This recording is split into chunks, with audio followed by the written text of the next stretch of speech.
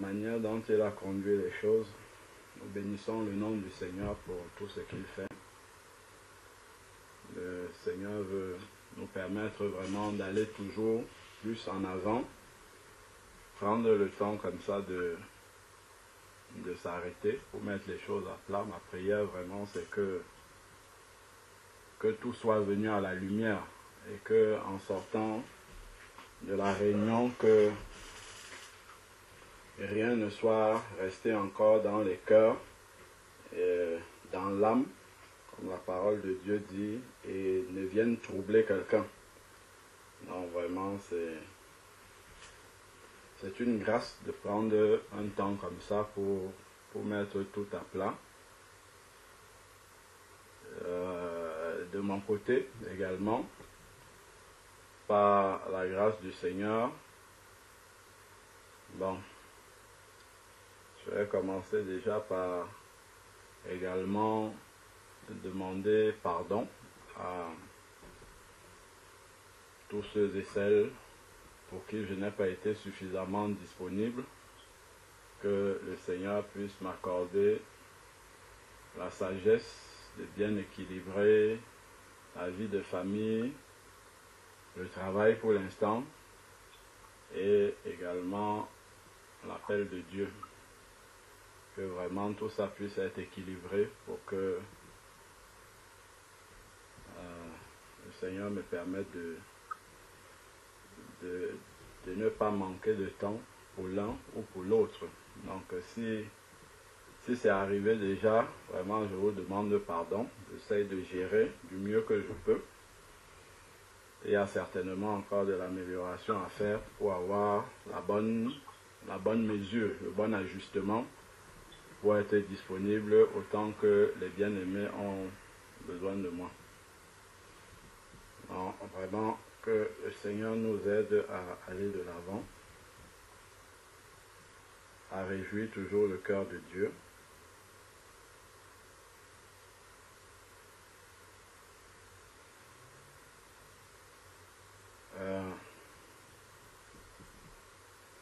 Cela fait pour certains un moment qu'on a marché ensemble, qu'on a avancé ensemble,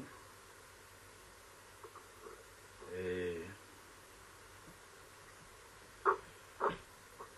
bon, le Seigneur a toujours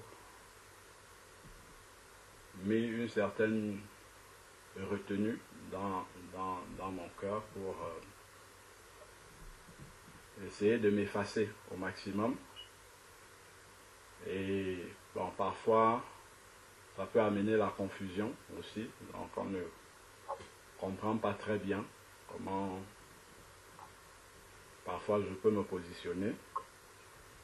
Mais je sais exactement le travail pour lequel le Seigneur m'a appelé.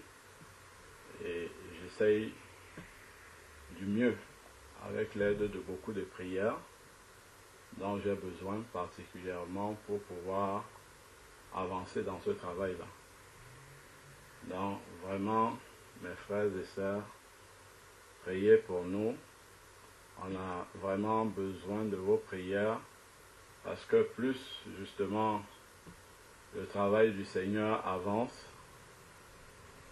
plus également le malin est déchaîné, on reçoit des coups. Nous sommes encore faits de chair, donc parfois, bon, le Seigneur nous fortifie pour pouvoir encaisser et continuer à avancer, mais parfois on peut faiblir aussi. Donc on a vraiment besoin de votre soutien dans la prière pour que le travail du Seigneur puisse se faire jusqu'au bout. Donc, je ne l'ai jamais fait, ou sinon partiellement, mais je vais essayer par la grâce de Dieu de vous donner un peu le témoignage de mon appel pour que vraiment on puisse avancer comment dire, main dans la main, sachant qu'on n'est pas en train d'avancer sans direction. Donc il y a vraiment un point de départ et le Seigneur fait chaque chose en son temps. Il pose chaque pierre en son temps. Et c'est quelque chose que personnellement je l'ai donné une fois comme ça en passant parce que le Seigneur me poussait à le faire. Mais j'essaye de ne pas souvent en parler pour éviter vraiment de tomber dans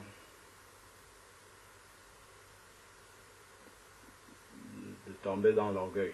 Donc, vraiment, ma prière, c'est que vraiment les bien-aimés, que je puisse rester en m'améliorant, mais de rester toujours effacé et de ne pas considérer les choses de façon un peu, comment dire, vraiment de faire les choses avec la plus grande simplicité. Et c'est pour ça, après c'est le Seigneur qui conduit comme il veut. Il est important quand même de pouvoir vous dire à un moment, parce que bon, je viens souvent, je me mets devant vous, j'enseigne la parole de Dieu, mais pourquoi, qui me donne l'autorisation de le faire? Pourquoi je dois me mettre devant vous pour parler?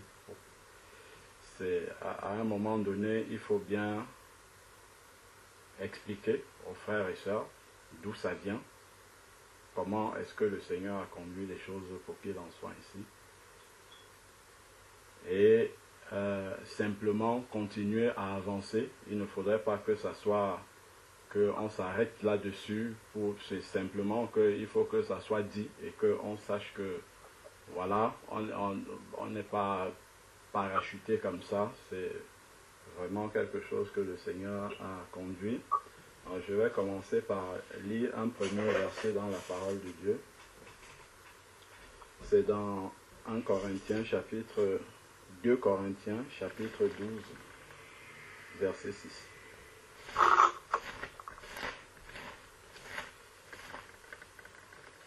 « 2 Corinthiens chapitre 12, verset 6.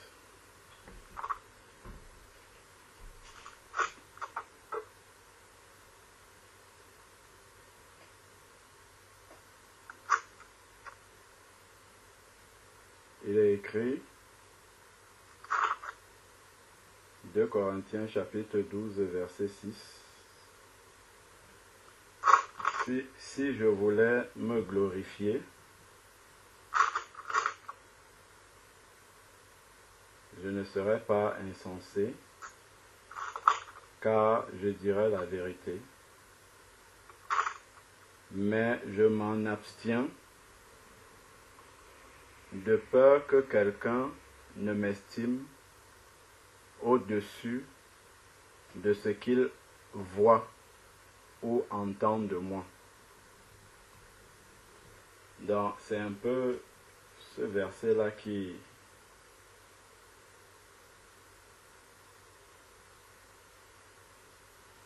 m'anime.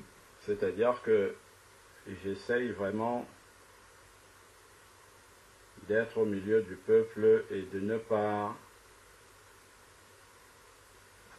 attirer sur moi une quelconque, un regard simplement comme étant un frère au milieu des enfants de Dieu qui servent Dieu, tout simplement, sans plus.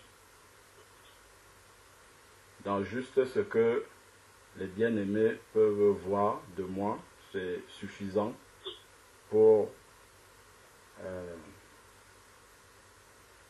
ça devrait être suffisant normalement pour faire confiance à Dieu et dire que bon voilà, ce qu'on entend sortir de la bouche du frère, ça vient de Dieu, tout simplement, et nous faisons confiance à Dieu, que c'est Dieu qui lui a confié ce travail-là. Ça devrait simplement suffire. et on n'aurait pas besoin d'autre chose pour cela.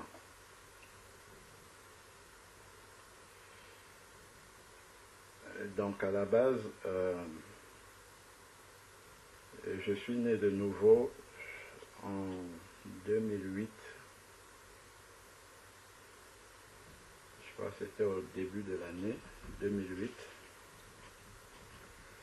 Et j'avais été frappé par un enseignement que donnait un frère sur la fin des temps. Et mon cœur a vraiment été touché par cet enseignement-là.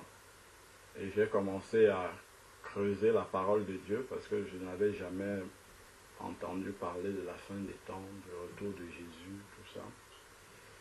Et j'ai commencé à creuser dans la parole de Dieu, à faire des recherches pour bien comprendre ce sujet-là. Et j'ai commencé à écrire à tout sur Internet, à tout la grande partie de mon répertoire, email, envoyer des emails tous les midis quand j'étais au travail. Ma pause entre midi et 2, c'était écrire des emails pour annoncer aux gens que le Seigneur revient bientôt. Et donc je crois l'année 2008 est passée comme cela. Donc j'avais vraiment ce sujet-là à cœur. J'écrivais, j'envoyais aux gens, j'exhortais les personnes, je parlais aux gens que je connaissais du retour de Jésus. Et un jour, je crois qu'on s'était levé pour la prière avec ma femme, ou quelque chose comme ça le matin. Et après, quand je m'étais recouché, on s'est recouché après, et il y a eu une première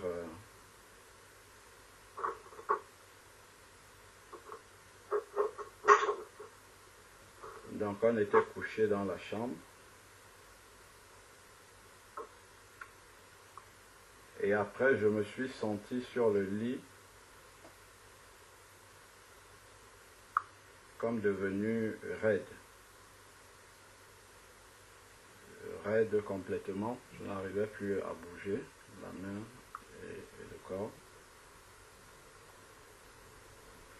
Et au bout d'un moment,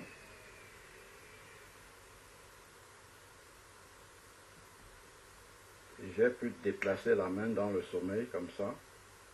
Et en déplaçant la main, j'ai posé la main à côté de moi.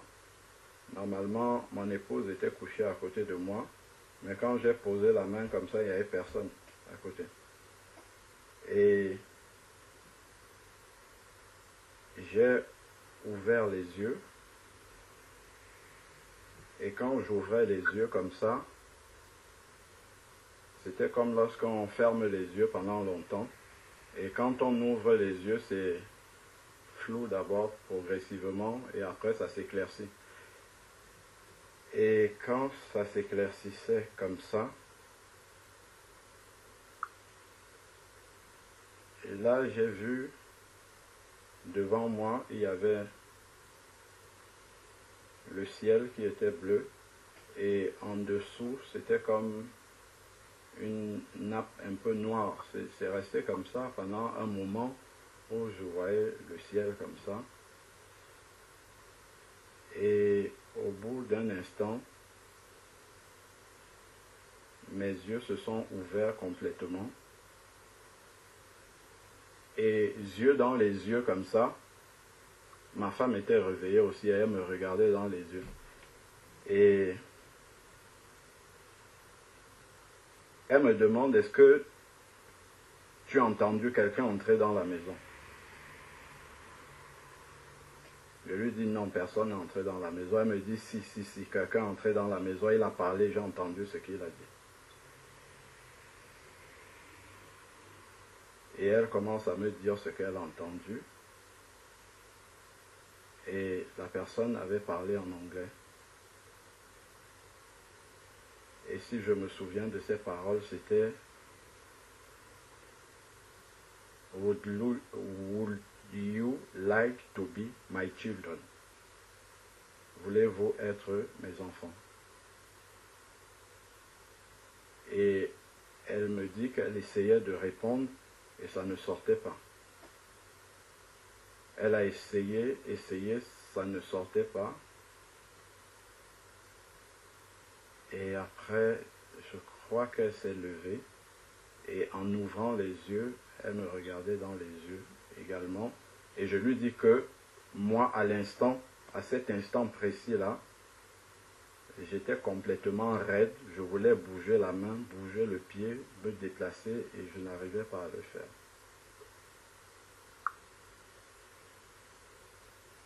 C'est la première expérience surnaturelle qu'on a vécue. Comme ça, c'est passé. Et après, j'avais continué toujours à annoncer le retour de Jésus à ce que je pouvais.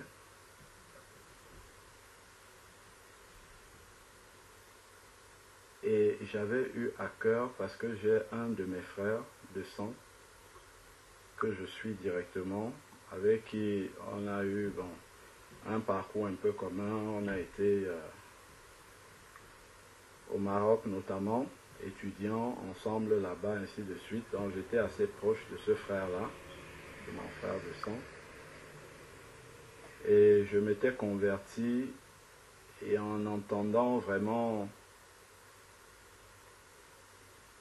tout ce que j'entendais sur le retour de Jésus, j'ai eu à cœur d'aller trouver mon frère et de lui partager tout ça parce qu'il n'était pas converti. Donc j'avais à cœur de parler à mon frère. Il habitait à Lille à cette époque-là. Je l'ai appelé avec son épouse. Je leur ai demandé s'ils peuvent m'accorder un week-end parce que j'avais quelque chose d'important à leur partager.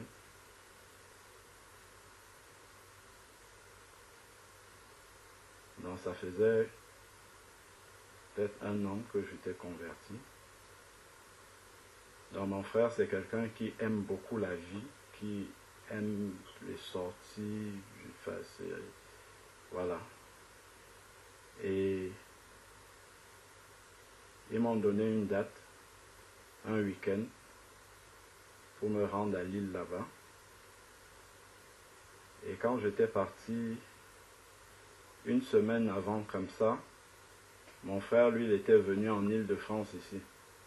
Et je l'avais rencontré chez un cousin.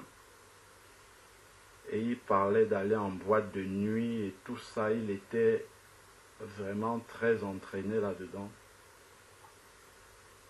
Et au-dedans de moi, j'étais complètement découragé par rapport à ce que j'avais à cœur de faire, d'aller lui parler du retour du Seigneur. J'étais découragé complètement.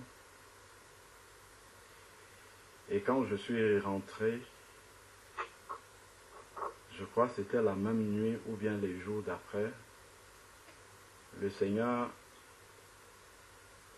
m'avait donné un songe dans lequel j'étais en train d'expliquer le livre de l'Apocalypse et mon frère était assis à côté et il écoutait avec sa femme. Et mon cousin chez qui je l'avais vu, ils étaient 3, ils écoutaient la parole de Dieu. Et le Seigneur m'avait donné Éphésiens chapitre 3 verset 20. Je crois qu'il dit que ce n'est pas par votre propre force, mais c'est par la puissance de l'Esprit. Et ça m'avait beaucoup encouragé à partir à la rencontre de mon frère et de son épouse. J'ai pris le billet de train, je suis parti sur l'île.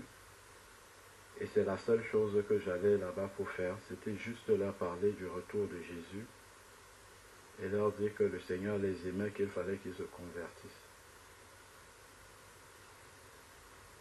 J'ai passé toute la journée du samedi à leur parler de ça. Ils m'ont écouté attentivement. Et le lendemain, quand mon frère m'accompagnait à la gare, il me dit merci beaucoup, prie pour moi, prie pour moi.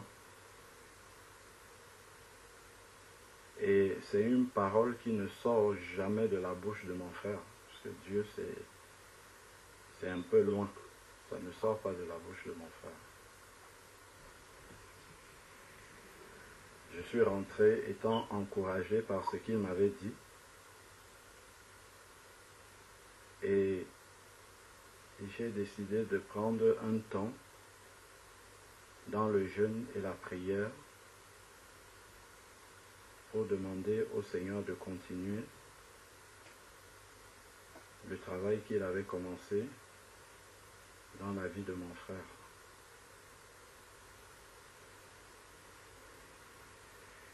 Et lors de ce jeûne-là,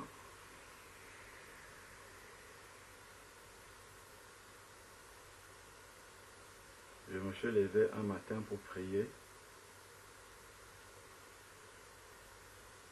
Et lorsque je me recouche, j'étais à peine endormi. Et je me retrouve dans une pièce.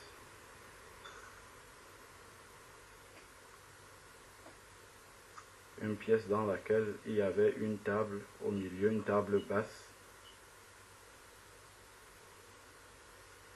Et il y avait mon épouse qui était là, de l'autre côté de la table, et moi en face. À côté de mon épouse, il y avait la femme de l'ancien de l'assemblée où on était. C'est là où j'ai rencontré le frère Nicanor et la sœur Ruth. Et leur fils, ils avaient un petit garçon. Ils étaient là. Et moi, j'étais de l'autre côté de la table, en face. La table était basse, on n'était pas assis, on était debout. Et les deux sœurs étaient en train de parler entre elles. Elles parlaient de tout et de rien. Et moi, je les entendais. Et puis, progressivement, mon regard s'est baissé en dessous de la table. Et lorsque je regarde en dessous de la table, là, j'aperçois la tête d'un être humain qui parle, qui balbutie des paroles, mais on n'entend pas ce qu'il dit.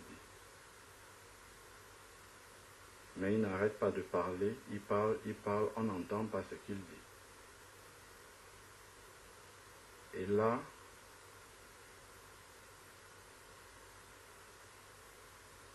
je me suis dit, si je dis brutalement aux sœurs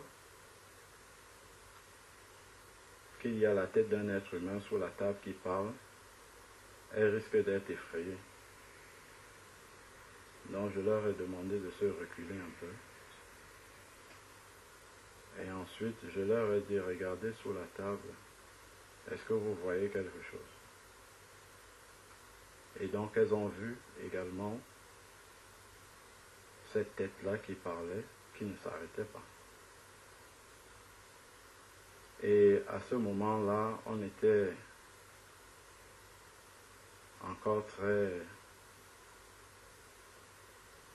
influencé par le combat spirituel. Et donc là, tout de suite, on a commencé à faire des prières d'autorité pour demander à la tête de sortir de là. Et ensuite, la tête a commencé à voltiger comme ça dans la pièce, voltiger dans la pièce. Et je me suis levé, j'étais debout, je suis allé parce qu'il y avait une porte qui menait vers le balcon. J'ai ouvert la porte en restant dans la pièce derrière la porte et la tête est sortie, j'ai refermé rapidement. Et je suis resté avec les sœurs. Les sœurs ont continué à parler. Elles causaient toujours, comme avant. après les avoir écoutés, ma pensée était toujours en train de réfléchir, à penser à cette tête qui parlait, et je me demandais ce qu'elle est devenue à l'extérieur.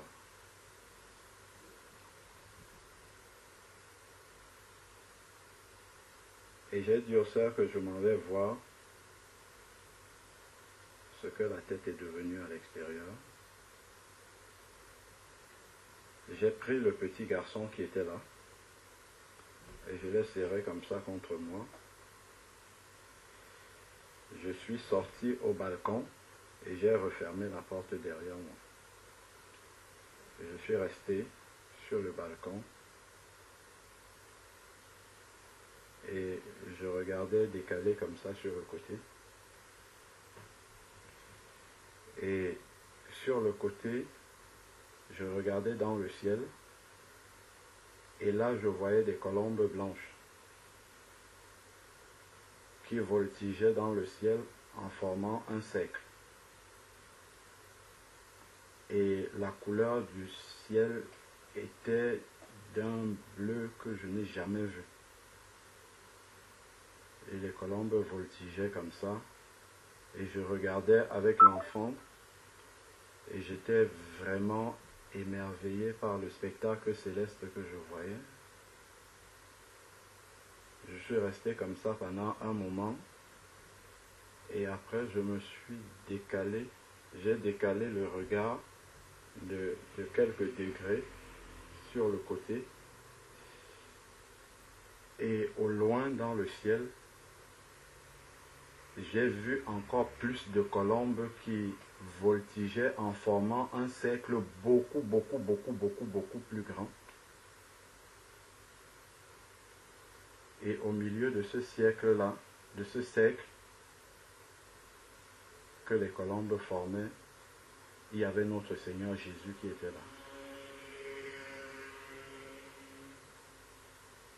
Et quand j'ai vu tout de suite, j'ai baissé la tête et c'est la pensée de l'enlèvement qui est venue. Je pensais que si Jésus est là, c'est le retour du Seigneur qui est là. Et pendant que je regardais comme ça, le Seigneur est sorti du milieu de ces colombes-là et il est venu, il est venu se placer dans le ciel comme ça devant moi et j'ai baissé la tête comme ça. Et le Seigneur était là comme ça devant moi. Et j'avais l'enfant. Pendant quelques instants. Et après, l'image du Seigneur a disparu comme ça. Et ça a laissé un trou dans le ciel. Et là, l'enfant et moi, nous avons été attirés dans ce trou-là. Et je me suis réveillé en sursaut.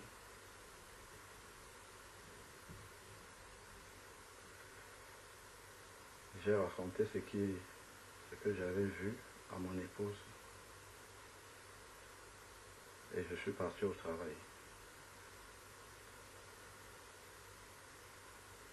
C'était le 20 janvier 2009 exactement. Et quand je suis arrivé au travail,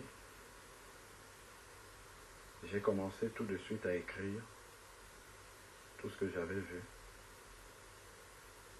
Et quand j'écrivais ça, le Seigneur m'expliquait en même temps ce que j'avais vu.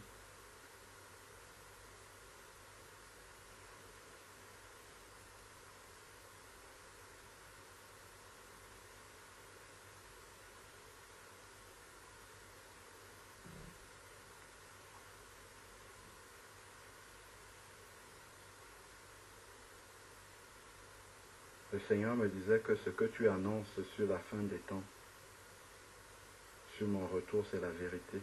C'est vraiment ce qui va se passer.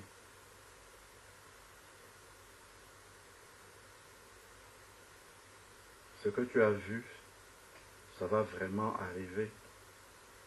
Et qu'il faut continuer à annoncer ça.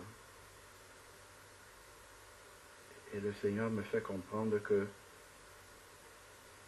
cette tête qui parlait, qui balbutiait des paroles, n'était pas un esprit mauvais, Mais c'est lui qui l'avait mise là.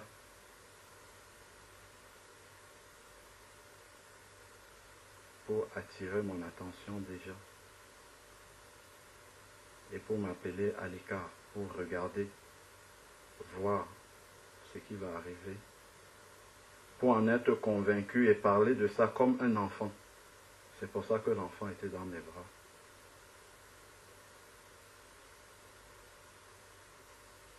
Parler, parler, parler sans se taire. Parler, parler, parler, parler. Voilà ce que le Seigneur m'a dit. Tu dois parler, parler, parler, parler de ça.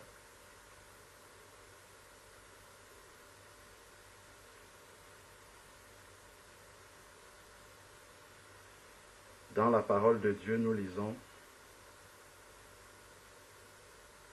dans le livre de Daniel.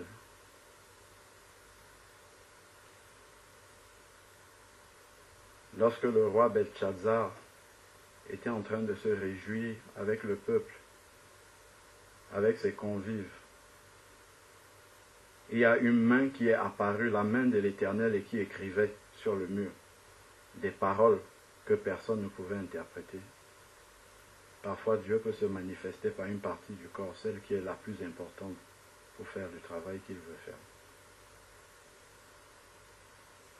La tête qui parlait, ne s'arrêtait pas. Même les personnes autour de toi, le Seigneur m'a expliqué ça, ne croiront pas ce que tu vas dire. Ils ne croiront pas, mais toi continue à parler. C'est pour ça qu'on n'entendait pas ce que cette voix-là disait. Les oreilles étaient sourdes. On était dans la pièce, mais on n'entendait pas la voix parler toujours. Elle parlait, elle parlait. Le Seigneur me dit, parle comme ça, parle comme ça.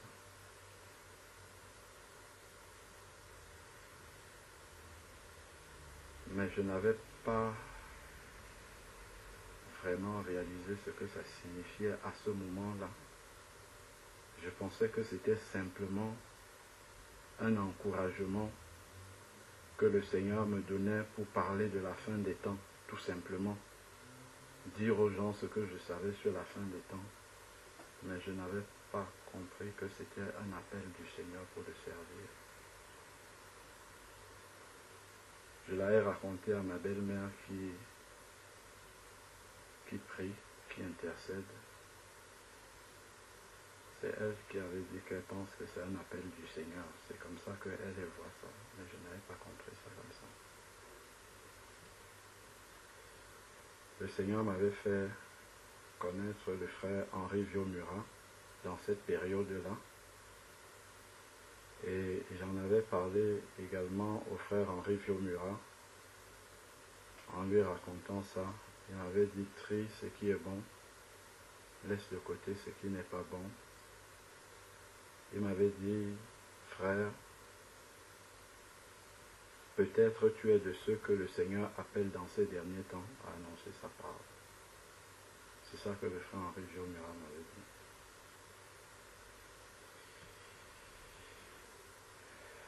Et le temps est passé.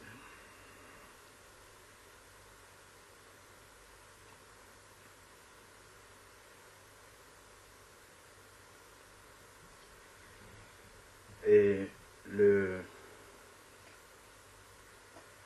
les messages d'exhortation que j'écrivais sur Internet pour envoyer à mes contacts tous les midis, j'avais eu à cœur d'imprimer ces messages-là et d'envoyer à mes parents parce qu'eux, ils étaient dans le système là-bas au pays pour qu'ils puissent aussi être au courant que le Seigneur revient, parce qu'on n'enseigne pas ça dans les églises traditionnelles. Et je l'avais envoyé à mes parents. Et lorsque mon papa avait lu ça, ma maman, ils étaient tellement bénis, tellement touchés par ça. Pourtant, c'était juste des emails que j'écrivais, mais avec des passages bibliques et tout. Et mon papa avait commencé à dire comme ça que ce que tu as écrit là, beaucoup de chrétiens doivent lire ça parce que beaucoup ne savent pas ça. Et plus tard, je l'avais fait lire aussi à un tonton, à Linda, qui est converti, né de nouveau. Et il a dit, ça, tous les chrétiens doivent lire ça.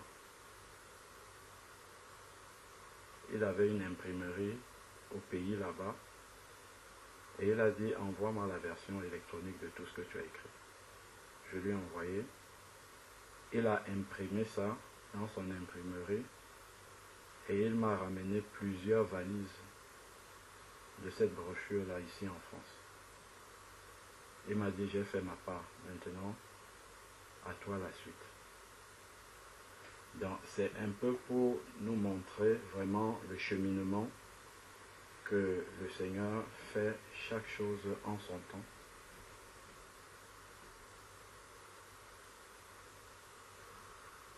Il est venu, il me l'a déposé.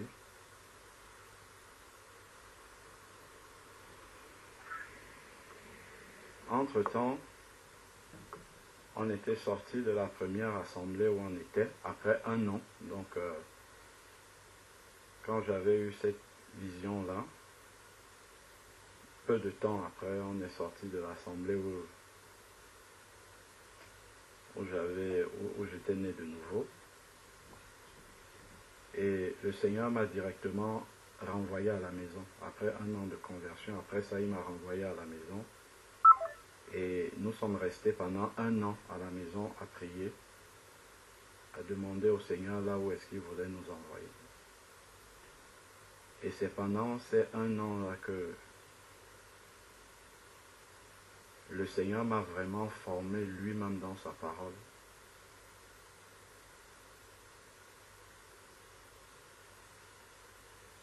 Il m'a instruit, il m'a conduit. De temps en temps, quand j'avais des questions, je contactais le frère Henri Viomura.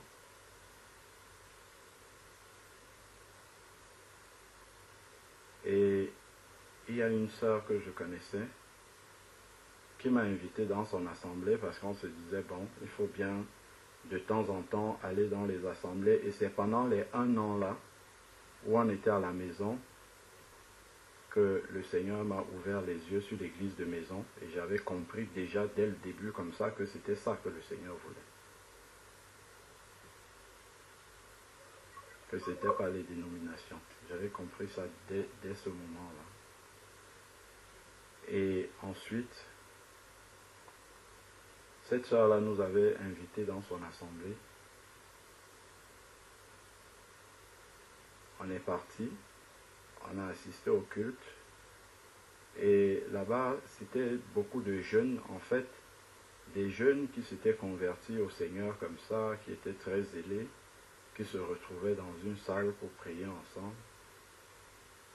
Et on était assis là comme ça, un peu comme en cercle comme ça. Et le jeune qui les conduisait, il marchait comme ça dans la salle. Il marchait, il est passé près de là où j'étais assis, il est allé devant. Et après il s'arrête, il revient comme ça, il reste devant moi. Il me dit, on dirait que toi tu dois annoncer la parole de Dieu. On dirait que toi tu es prédicateur, tu dois prêcher la parole de Dieu. Il me dit ça, il me dit, n'oublie pas ça. Et après le culte, il m'a appelé de côté, il me donnait des conseils, n'oublie pas ça, ainsi de suite. Reste, le Seigneur te montrera lui-même, ainsi de suite. Donc je suis parti de là. Et lorsque j'ai reçu les brochures sur le retour de Jésus,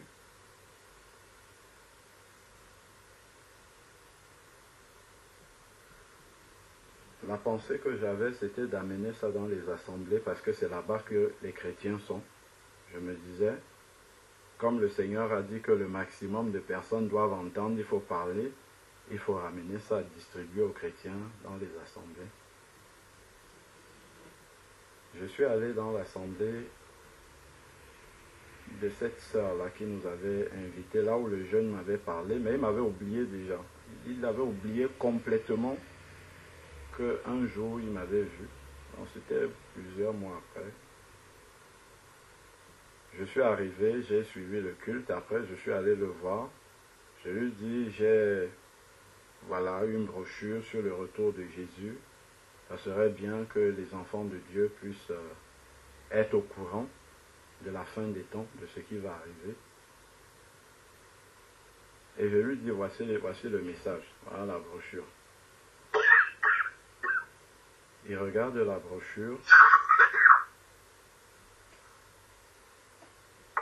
et il me dit, ah ça c'est très bien, mais je préfère vivre souvent le live, je préfère vivre les messages plutôt que de lire un texte. Est-ce que tu peux venir nous exposer ce message-là dimanche prochain? Je n'avais jamais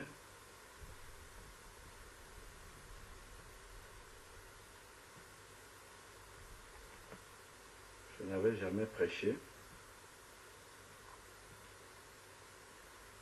devant une foule comme ça. Donc, j'ai pris des notes, j'avais pris des papiers, j'avais noté des choses. Et donc, je suis arrivé là-bas ce dimanche-là, au milieu de ces jeunes-là. Et il y avait plusieurs personnes, en fait, qui prenaient la parole, qui devaient passer et tout ça.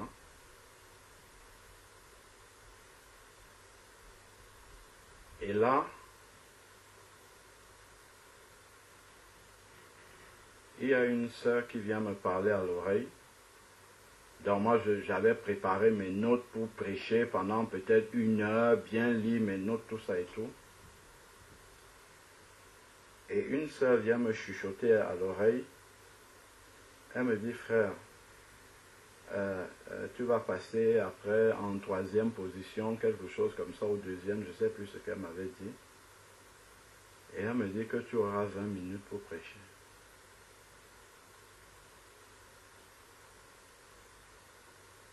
Là, j'ai prié le Seigneur. Et j'ai dit, Seigneur, voilà tout ce que j'avais préparé pour venir prêcher ici. Je pensais avoir 1 heure de temps au moins pour exposer ça, mais on me dit que j'ai 20 minutes pour prendre le contrôle de tout.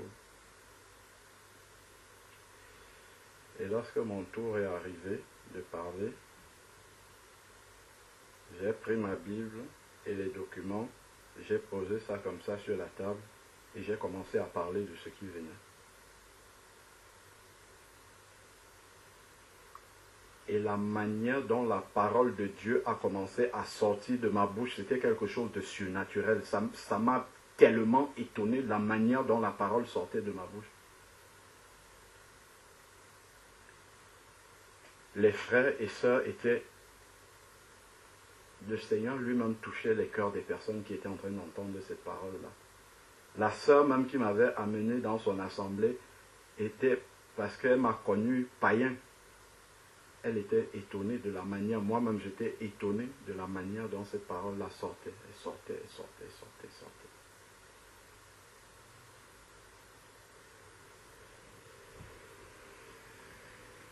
La parole avait tellement touché les personnes qui étaient là. Le frère me voit, il me dit, frère, le message n'est pas fini. Est-ce que tu peux venir dimanche prochain? On te donne même 1h30 s'il le faut pour que tu exposes sur le sujet. Le dimanche qui suivait, je suis parti. Par la grâce de Dieu, j'ai eu plus de temps. Et je leur ai apporté le message que le Seigneur voulait que je leur apporte.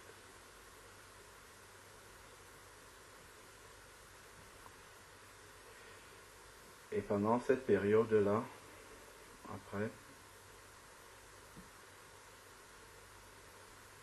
nous avons été conduits quelque temps après dans une... En fait, on était à la maison et moi, je m'étais fait des critères dans ma tête du type d'assemblée où je ne voulais plus aller. Et comme je m'intéressais beaucoup à la fin des temps, il y a un frère qui est au Canada qu'on appelle Pierre Gilbert, que je suivais souvent. Et j'étais allé sur son site un matin quand j'arrive au travail et je vois qu'il vient en France.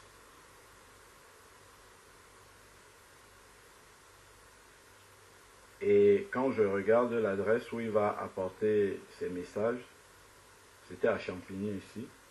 Et donc on est parti.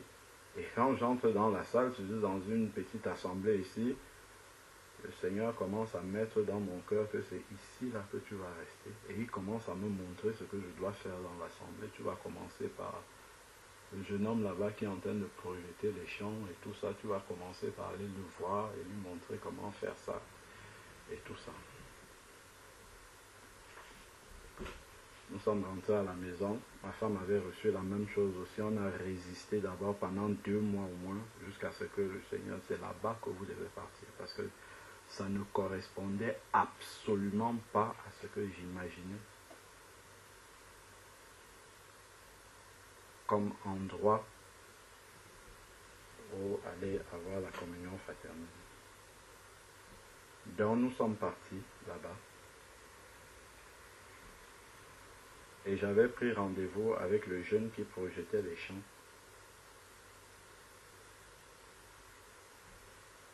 Et le samedi après-midi, j'étais en train de lui montrer un peu comment améliorer ce qu'il faisait. Le pasteur vient. Il nous trouve. J'étais nouvellement arrivé dans l'assemblée, ça faisait pas très longtemps. Et le pasteur dit, je vois que tu veux nous aider pour les projections de chants. Est-ce que tu peux nous aider aussi pour la prédication? Il me demande si j'ai fait une école biblique. Je lui dis non, je n'ai pas fait d'école biblique. Il m'avait entendu répondre à quelques questions pendant l'étude biblique du dimanche matin. Et il me dit, sache que si tu as un message à prêcher, la chair est là. Et donc, en fait, c'est que le Seigneur était en train de me former et lui-même, en fait, il n'y a pas eu un moment où j'ai dit je veux. Non. Lui-même, à chaque moment, toujours, il me faisait passer une étape, mais je ne comprenais pas exactement ce que le Seigneur était en train de faire. Où est-ce qu'il était en train de m'amener.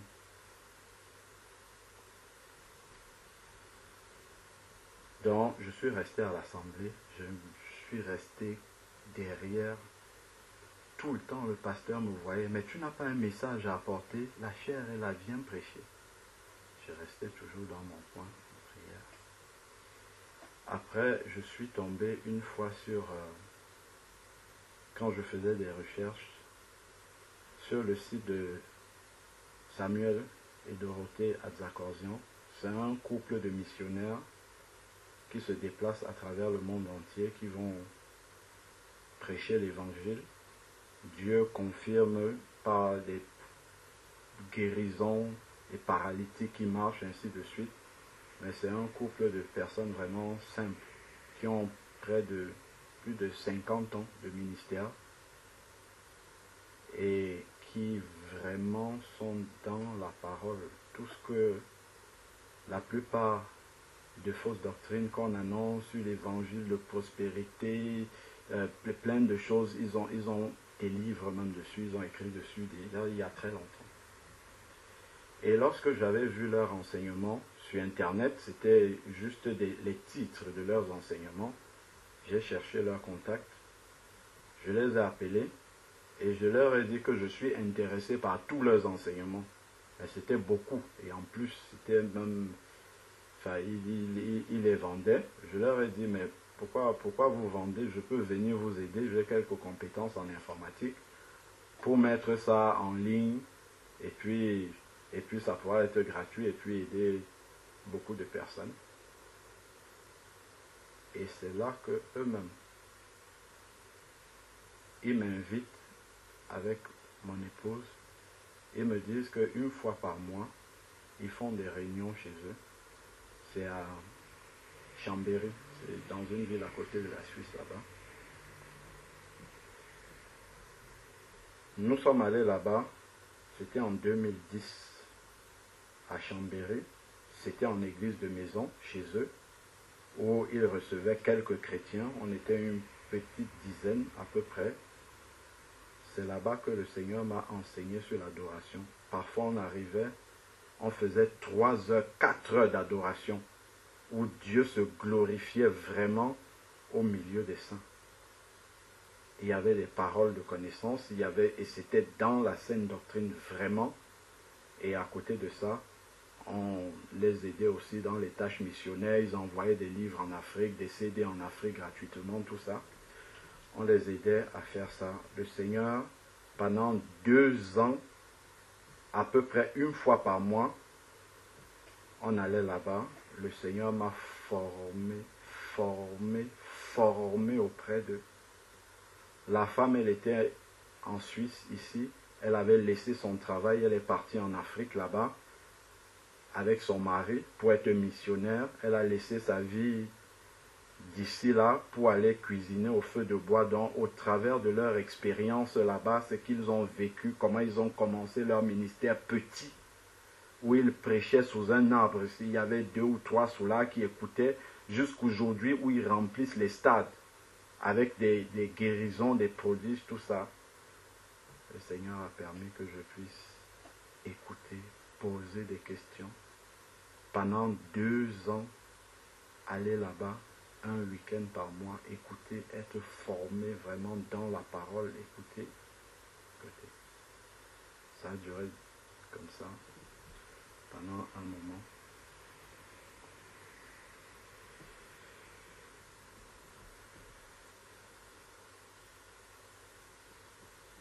Entre-temps, je travaillais dans une entreprise où il y avait à peu près 20 000 salariés dans l'entreprise où j'étais. Mon beau-frère, le frère jumeau à Linda, travaillait aussi dans cette même entreprise-là. L'entreprise a peut-être 1000 clients et on nous envoie pour faire des prestations chez des clients pendant quelques mois ou jusqu'à 3 ans maximum. Le frère de Linda ne travaille pas du tout dans le même domaine que moi. Donc, pour qu'on puisse se retrouver chez le même client, étant 20 000 salariés, avec plus de 1000 clients différents, la probabilité est très faible pour que 2 personnes qui ne sont pas dans le même domaine se retrouvent chez le même client. Le Seigneur a permis que je me retrouve chez le même client que le frère jumeau à Linda.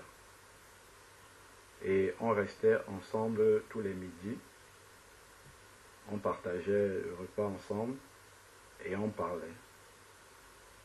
Et j'ai commencé, parce qu'il m'a connu païen aussi, j'ai commencé à lui partager mon témoignage, comment Dieu m'avait transformé, changé.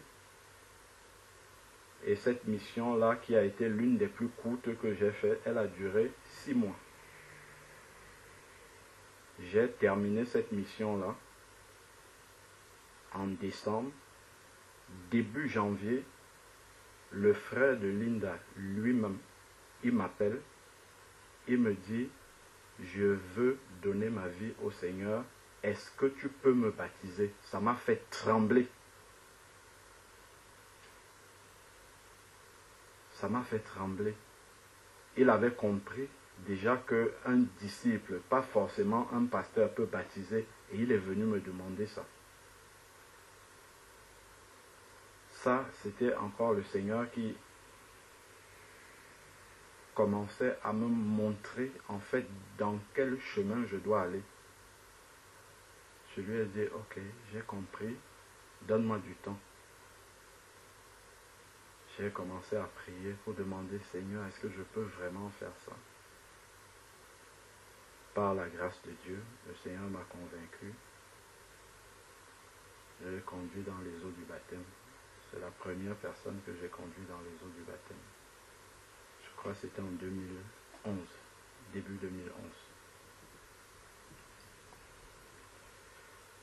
Ce jour-là, il avait ramené sa femme, qui est d'origine malienne, de père musulman. Elle a vu ça 2 mois après, elle est venue aussi. Est-ce que tu peux me conduire dans les eaux du baptême? Voilà 2 personnes déjà. Entre-temps, à l'assemblée, je crois 6 mois sont passés. Et j'ai dit au pasteur que j'avais un message à apporter. C'était sur la fin des temps. Et quand le Seigneur a permis que je commence à prêcher, à parler, il y a un frère qui est venu me voir après, il me dit, on ne peut pas avoir cette grâce-là, ça ne peut pas rester caché dans l'église. À un moment donné, Dieu aurait toujours fait que ça se sache, qu'on sache qu'il y a ça, et que ça soit au bénéfice des enfants de Dieu.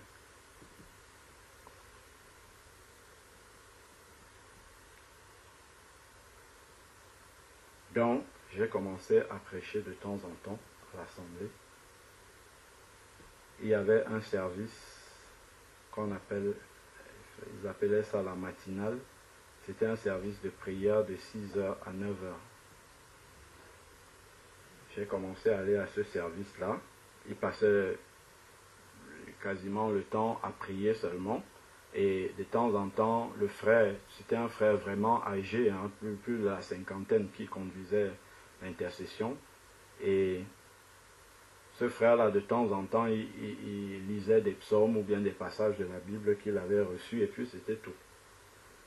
Et puis quand je suis venu 1, 2, 3 fois, j'ai dit au frère, au lieu de lire seulement les passages comme ça, on peut s'arrêter un peu, lire ensemble, et puis chacun dit comment il a compris. Le samedi qui suivait, on a lu, je me rappelle, je crois que c'était Jean 15. Le frère me dit, toi explique ce que tu as compris. Et quand j'ai commencé à prêcher, les sœurs disent, mais pourquoi on ne nous enseigne pas ça le dimanche? Pourquoi on n'entend jamais ce type de parole? C'est la vérité, ainsi de suite. Ça a commencé comme ça. Et pendant 2 ans, tous les samedis matins quasiment, le Seigneur me permettait de prêcher, de m'affermir. C'est là où j'ai commencé à vraiment apprendre. Le Seigneur m'a appris à lui faire confiance, d'arriver sans avoir préparé de message et de m'attendre à Dieu totalement pour qu'il donne le message sur le moment. Ça a duré comme ça pendant 2 ans et demi. 2 ans à peu près. Le pasteur, à un moment donné, m'a proposé de m'occuper des jeunes. Je lui ai dit non. Je préfère rester là où le Seigneur m'a mis, dans la prédication.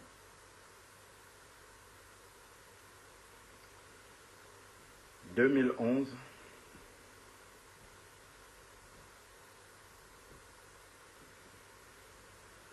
on devait aller en vacances au Cameroun. Et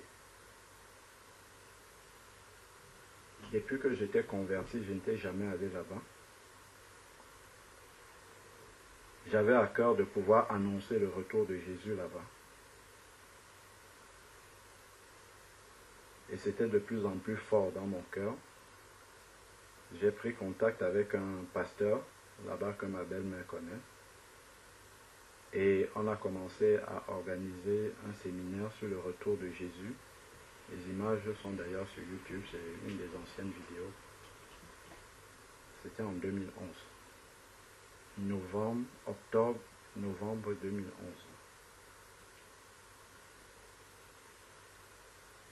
Entre-temps, avec mon beau-frère qui s'était converti, ma belle-sœur, son épouse qui s'était convertie, mon épouse et sa petite sœur, on avait commencé à faire des veillées de prière entre nous, où le Seigneur me permettait également de pouvoir de temps en temps leur apporter la parole, ainsi de suite. Et le Seigneur continuait à me former comme ça, m'affermissait. Ces veillées de prière ont duré un certain temps. On a commencé à la maison ici. Après, on est même parti dans la salle à l'assemblée là-bas. Après, c'était chez une autre sœur, ainsi de suite. Donc, pendant tout ce temps-là, le Seigneur me formait toujours. Et j'avais pris un temps de prière pour préparer le séminaire sur le retour de Jésus au Cameroun. Je me suis levé pour prier un matin et quand je me recouche, j'étais à moitié endormi, soit éveillé comme ça, mais je crois que mes yeux étaient quasiment ouverts.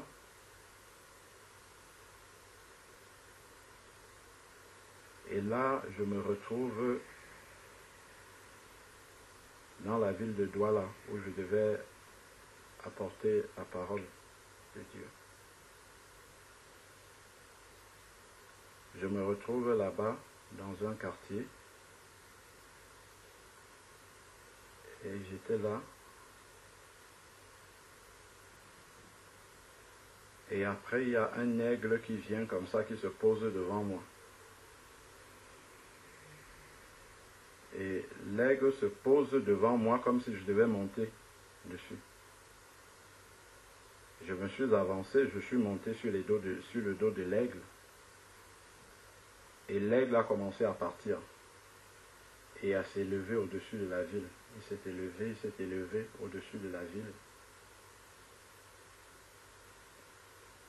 Et après, en un instant, je me suis retrouvé dans un endroit, il n'y avait plus l'aigle, où il y avait une paix, une quiétude, des sons qu'on n'entend pas ici, qui étaient tellement paisibles, vraiment très, très, très paisibles. Mais je n'ai pas vu de paysage ou de choses comme ça, mais c'était un endroit simplement de paix, paisible. À un endroit, il y avait comme des nuages comme ça qui passaient. Et entre les nuages comme ça, il y avait comme le visage d'un homme qui disparaissait là, comme ça.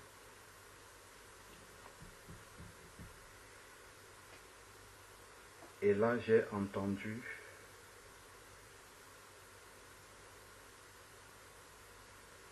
une voix me parler 2 fois.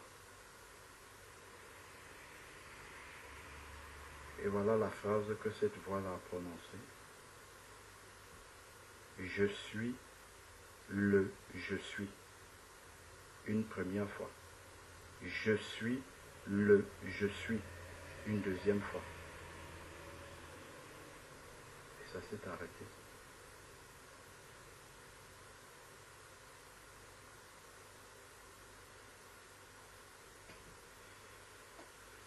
Je me suis réveillé. J'ai continué à prier. J'ai compris que c'était la confirmation du Seigneur qui m'envoyait effectivement pour cette mission-là, pour annoncer la parole de Dieu, là-bas à Douala au Cameroun. Nous sommes arrivés là-bas pour le séminaire. Pendant 3 soirées, tout jeune, dans le service de Dieu. Pendant 3 longues soirées consécutives, sans le secours d'un homme. Le Seigneur m'a laissé là devant près de 300 personnes.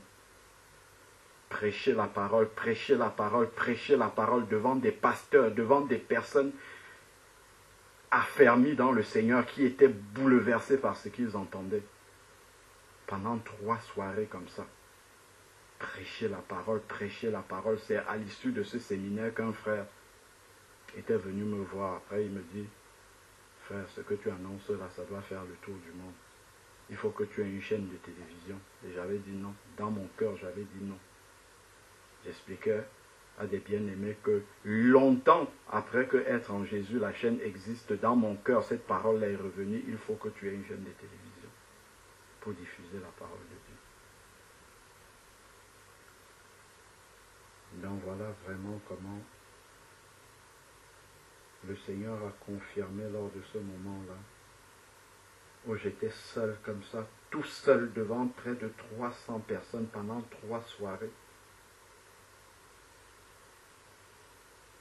C'est lors de ce séminaire-là que mon papa était venu assister.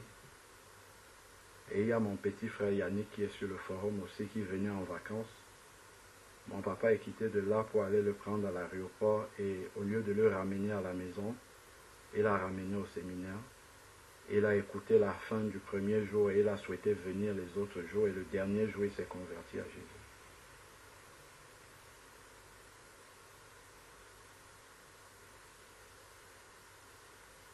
Lorsque nous sommes arrivés pour la première fois à Chambéry,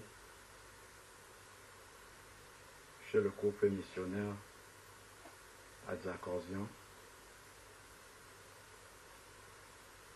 quand ils nous ont vus, ils ont dit, il y a un appel dans ta vie. Et ils ont prié pour nous.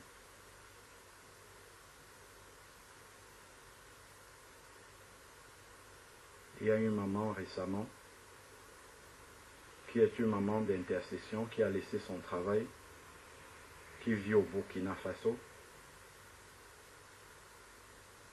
qui est venue ici en France et une amie une sœur en Christ, à ma belle-mère. Elle ne nous connaît pas du tout. Ma belle-mère ne lui a pas parlé de nous du tout. Elle nous a demandé si on pouvait l'héberger ici. Elle est arrivée, elle a fait 1 ou 2 jours avec nous. Le dernier jour où elle devait partir, elle dit que ça brûle dans son cœur, il faut qu'elle prie. Qu'elle prie pour nous, mais qu'elle prie surtout pour moi, parce que il y a un appel fort de Dieu dans ma vie. C'est ce qu'elle a dit, cette femme. Cette maman, elle a prié. Elle a prié, elle a prié, elle a prié. Elle est partie.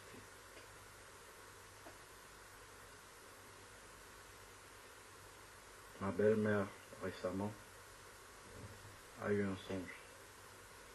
Dans le songe, elle était dans un endroit où il y a beaucoup de personnes qui louaient le Seigneur. Elle est convertie depuis 1984. Il y avait beaucoup de personnes qui louaient le Seigneur. Et elle me dit que parmi ces personnes-là, elle a vu beaucoup de personnes avec qui elle avait cru dès le début. Elle a vu même mon papa qui était là également. Et après, on est venu présenter celui qui avait la responsabilité de ce ministère-là, et c'était moi. Elle souhaitait me dire ça de la part de Dieu.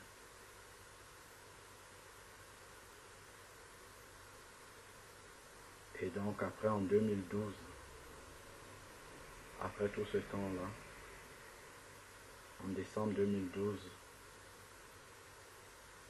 le Seigneur m'avait montré que c'était la fin de la dernière assemblée où on était, qu'il fallait sortir. Nous sommes sortis, nous sommes restés pendant près de 5 mois à la maison dans la prière.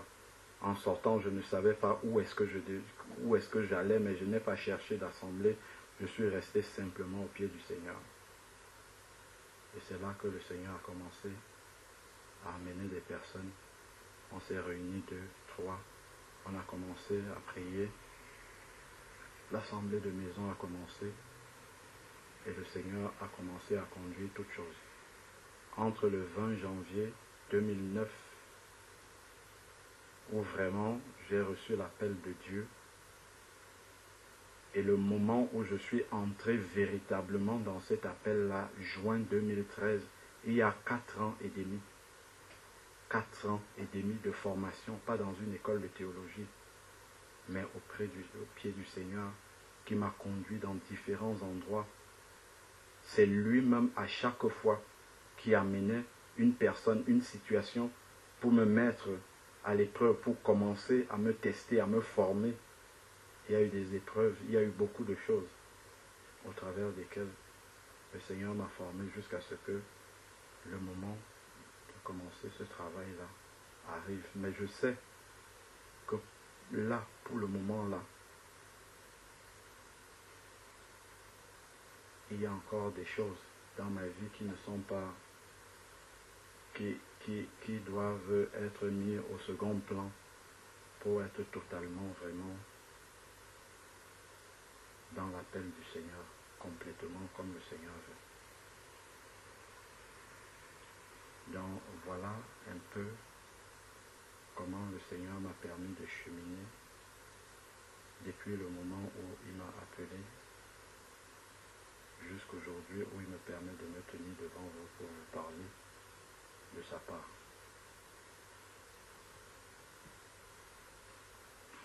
Lorsque le frère Georgie pourra donner lui-même son témoignage, lui-même il a été pasteur d'abord dans une église responsable des églises presbytériennes en Île-de-France.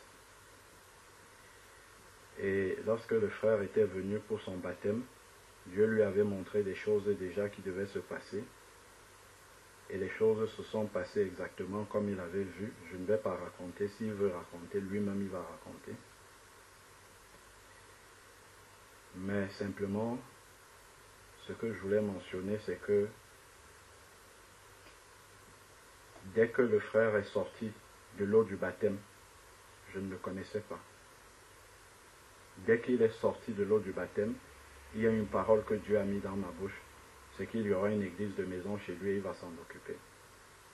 C'est cette parole-là qui était sortie de ma bouche ce jour-là.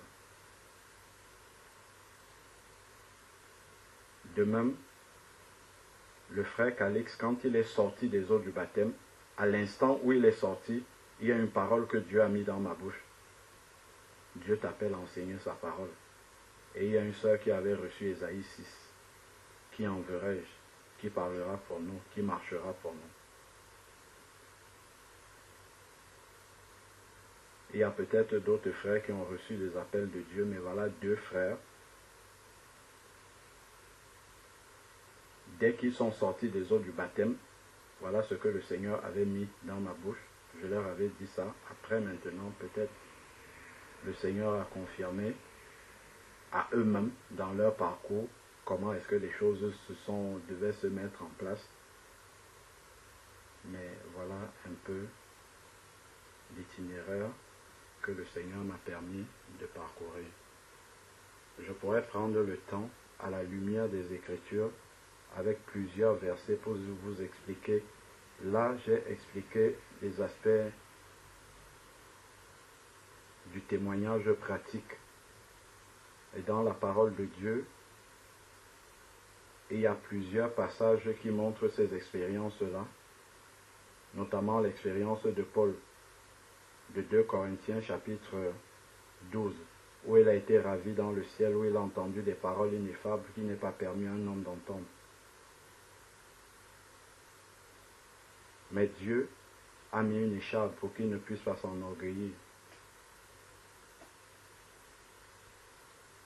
C'est pour ça que j'évite de parler de ces choses-là. Mais à un moment donné, il faut parler pour que les bien-aimés sachent qu'on n'est pas en train de naviguer à vue et qu'on n'est pas en train de jouer avec le Seigneur. On n'est pas en train de s'improviser prédicateur. Non, c'est un appel qui vient directement de Dieu pour faire ce travail-là. Que le Seigneur puisse me venir en aide pour vraiment remplir cette tâche-là et ne pas passer à côté du travail qu'il m'a confié. La plupart des bien-aimés que le Seigneur envoie, il permet qu'ils puissent passer pour que le Seigneur exprime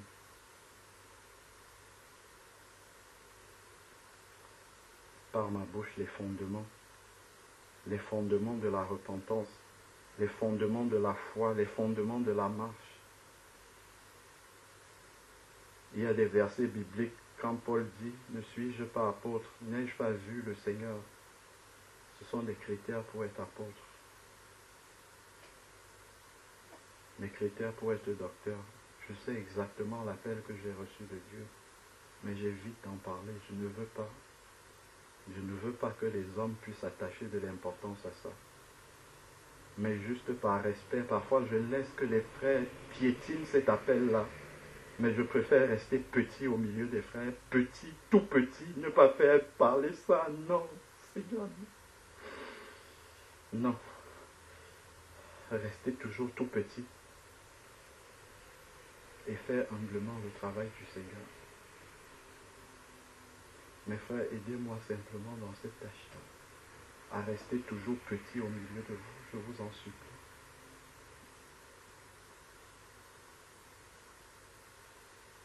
Et que nous rendons toujours grâce à Dieu. Que nous avancions ensemble dans la paix du Seigneur, dans l'assurance que le Seigneur marche avec nous et qu'il nous redresse. Je suis un homme faillible avec beaucoup de failles, comme vous avez pu voir. Dieu ne fait pas grâce à des personnes qui sont parfaites, c'est des personnes imparfaites que Dieu redresse aussi. Je suis un frère exactement comme vous, avec beaucoup d'imperfections. Dieu fait grâce à qui il veut.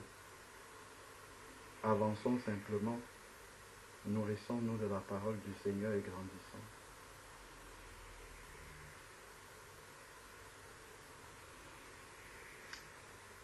Que Dieu vous bénisse tous. Amen.